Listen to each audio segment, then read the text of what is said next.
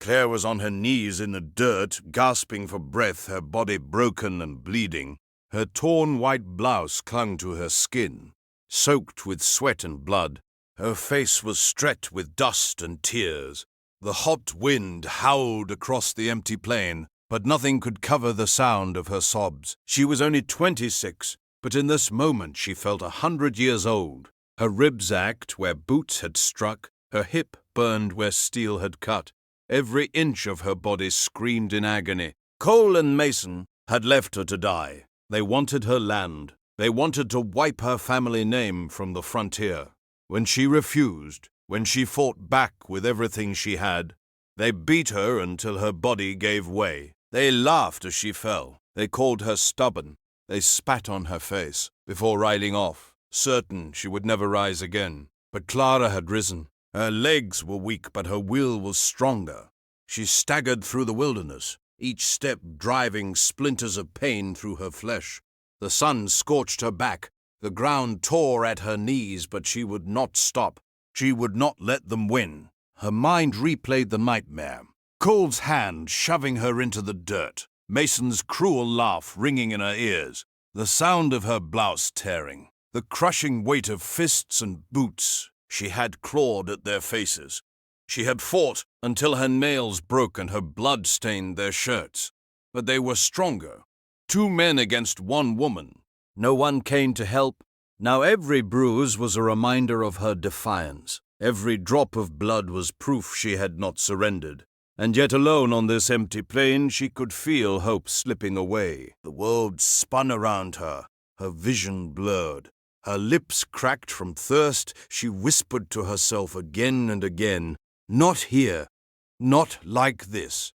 But her voice was fading. She dropped to the ground, her knees sinking into the dry grass. Her hands clutched the ragged cloth wrapped around her waist, desperate to keep her dignity intact. Her breathing grew shallow. Her body trembled. Her swollen eye half closed as she looked at the horizon. Then she saw him, a rider in the distance, a horse galloping across the plain. For a heartbeat, she thought the devils had returned to finish her. Her stomach turned to ice, but as the figure drew closer, she saw something she did not expect. Not cruelty, not violence, but concern. The rider stopped. He leapt from his horse and rushed to her side. He was older, his face marked by years of labor under the sun. His voice was deep, urgent. "Hold on, you're safe now." Claire could not trust so easily. Her lips trembled. Her voice was barely a whisper. Her voice was barely a whisper. "Take the cloth off." Ethan froze. He had seen wounds before. He had seen cattle torn apart by wolves, men torn apart by bullets. But nothing prepared him for this. As he lifted the tattered fabric at her waist, his jaw locked tight. His breath caught in his throat. Her body was covered in bruises, cuts, and burns. Every mark told the story of cruelty. Every scar cried for justice. Clara's eyes locked onto his. She was broken, but her spirit burned bright. She was not asking for pity. She was demanding to be believed. The rancher's heart pounded as the desert wind roared around them, and the question that now burned in both their minds was clear. Would he stand by her side and fight for truth? Or would he ride away and let evil reign free? Ethan kept staring at Clara's wounds, his stomach turning heavy. This was no ordinary fight. This was cruelty, plain and simple. He pulled a canteen from his saddle and held it to her lips. Clara drank, water spilling down her chin, her hands shaking as she gripped the metal. Her voice cracked when she finally spoke. "They tried to take everything. My land. My father's land." Ethan felt his jaw tighten. He had seen greed before. He had seen men kill for a single acre of dirt. But this was different. This was a woman broken down for daring to stand her ground. Clara coughed, her breath uneven. "They said I was nothing, that no law would save me. They wanted me to sign. When I refused, they beat me until I could not stand." Her eyes glistened, not with weakness, but with a fire that refused to die. "I will never give it to them. Never." Ethan placed a rough hand on her shoulder. Careful not to touch the bruises. You're safe now. I won't let them touch you again. The words were steady, but inside his chest, his heart pounded. He was just one man older and tired, but something about Clara's defiance stirred him. She tried to push herself up, wincing in pain. Ethan caught her before she fell. Even beaten, even broken. Claire's spirit was wild as the frontier itself, she muttered through clenched teeth. They will come back for me, they always do. Ethan helped her onto his horse, steadying her with one arm as he swung up behind. The sun was setting, painting the horizon in red and gold. It should have been beautiful, but all Ethan saw was danger lurking in the shadows. He knew Cole and Mason. Men like them did not forget. They would chase her until they got what they wanted. Claire leaned against him, her voice barely above a whisper. You don't even know me. Why would you help? Ethan's eyes narrowed as he guided the horse toward town. Because no one deserves what they did to you, and because if men like them keep winning, then this land isn't worth living in. The horse galloped through the tall grass, hooves pounding like drums of war. Ethan felt Clara's weight against him, fragile yet unbroken. He thought of the sheriff of the law, but also of how easily the law bent in these parts. Sometimes justice needed a firmer hand. As the lights of the small town flickered in, the distance, Ethan knew one thing: he was no longer just helping a stranger. He was stepping into a fight that could cost him everything. But what choice did he have? Ethan was leading Clara toward the sheriff's office, hoping the law could give her protection.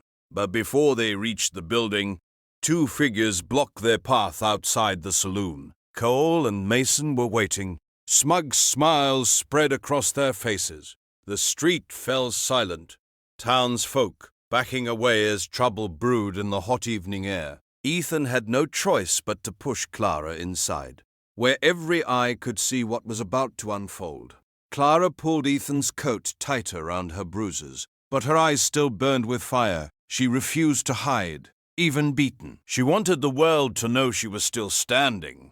Ethan was just about to step outside when the doors of the saloon creaked open. The room went quiet. Cole and Mason strolled in, their smirks spreading like poison. They spotted Clara immediately. Well, look at that, Mason sneered. The girl still breathing, Ethan rose to his feet, fists clenching, ready to shield her. But before he could, Clara stood, her body swayed, her legs unsteady, yet her eyes locked on the men who had tried to destroy her. Her body begged her to stay down, but pride forced her onto her feet. You think I'll bow to you? She shouted, her voice carrying through the saloon. You'll never take my land. Gasps filled the room. She grabbed a half-empty whiskey bottle from the table and hurled it. It smashed against the wall inches from Mason's head, shards scattering across the floor. The room erupted in chaos. Cole lunged, but Ethan caught him with a hard punch to the jaw. Chairs toppled. Men scrambled. The piano player ducked for cover. Mason tried to push past, but Clara stepped forward, planting herself between him and Ethan. Her body shook with exhaustion, yet her voice with exhaustion. Yet her voice, Webb, as steady. She knew she could not win against them, but standing firm meant keeping her dignity alive. You'll have to go through me. That moment froze everyone in the saloon. A battered young woman, standing tall against two ruthless men. No one laughed now. Even the cowhands at the bar muttered, "She's got more fight than most men around here." The sheriff finally stormed in, rifle in hand. The townsfolk spoke up right away, every witness ready to tell the sheriff exactly what had happened. Within minutes, Cole and Bashadel Mason were dragged out, cursing and spitting, but no longer smirking. The saloon slowly returned to noise, though every eye stayed fixed on Clara. They had seen something that night. Not weakness, not fear, but the raw courage of a woman who refused to bow. Ethan helped her back to the table, pride burning in his chest. For the first time, he realized Clara was not just someone to protect. She was someone worth standing beside, no matter the cost. Now, before we move deeper into this story, take a moment if you enjoy these Wild West tales of grit and heart. Hit that subscribe button.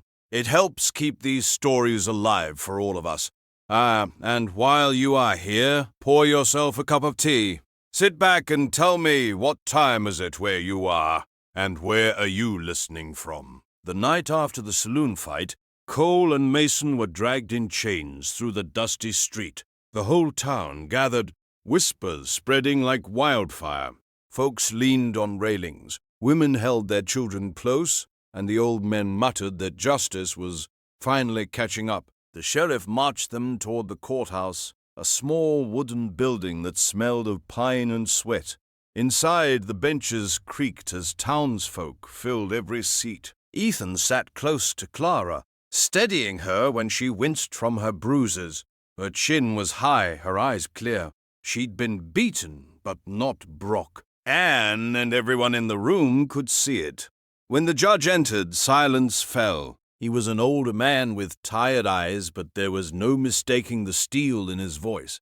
Cole Mason, you stand accused of assault, attempted theft, and the intent to drive this young woman off her rightful land. How do you plead? Cole sneered. Not guilty. Mason smirked beside him, confident as ever. But the sheriff stepped forward, his words ringing loud. I saw them in the saloon. I saw this girl stand her ground, and I saw Ethan here defend her. The whole town saw it. The judge turned to Clara. Her hands trembled as she stood, but her voice did not falter. They tried to break me. They wanted me to give up my father's land. I told them no, and I will keep saying no. The crowd murmured, a wave of approval filling the room. For a moment, Cole and Mason's smirks faded. Ethan rose, his voice rough but steady. I've lived in these parts for 55 years. I've seen men fight for water, cattle, gold, but I've never seen a woman fight like this one. If this land means nothing to the law, then what does that struck a chord? The judge leaned back, his gavel in hand. The verdict came swift. Colin Mason, you are guilty. You will face prison time for your crimes, and this town will remember your names for what you are. Cowards who prey on the weak. Applause thundered through the small courthouse. Clara's eyes wailed with tears, not from pain, but from relief. For the first time since her nightmare began, she felt safe. Ethan placed a hand on her shoulder. You're free now. They can't hurt you anymore. But as the gavel struck one last time, Claire's heart raced. Justice had been served today. Yes, but what would tomorrow bring for a wounded girl and an aging rancher, alone in the wild frontier? When the courthouse emptied and the crowd drifted back to their homes, Claire and Ethan stepped out into the fading light. The sky burned with streaks of orange and gold, the kind of sunset only the West could paint for the first time in days.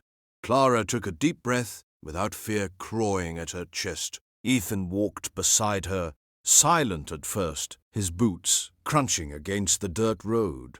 Finally, he spoke. You stood taller than any man in there today. Don't ever forget that. Claire smiled faintly, her face still bruised, but her spirit shining through.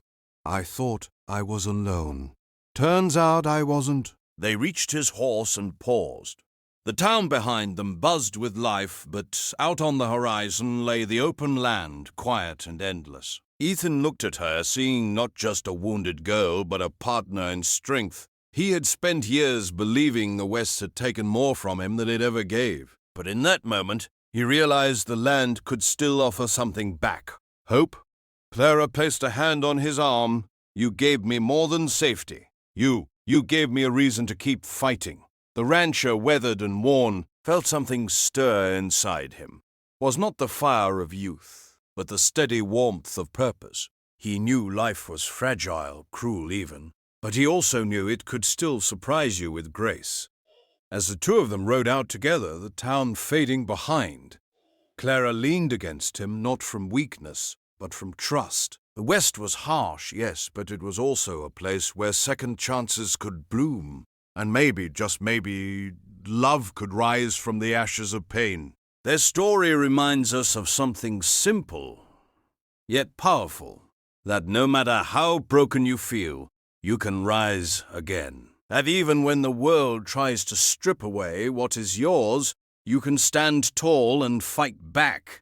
And sometimes help comes from where you least expect it. Now, I want to ask you, if you'd been in Clara's shoes, would you have found the strength to fight back? And if you had been Ethan, would you have risked your peace to protect a Sturt? Ranger, before we close this chapter, do me a small favor. If this story touched you, hit the like button and subscribe so you never miss the next tale. It helps more than you know, and it keeps these Wild West stories alive. And while you listen, take a sip of your tea. Sit back and tell me what time is it where you are, and where are you listening from? Because in the end, stories are not just about the past.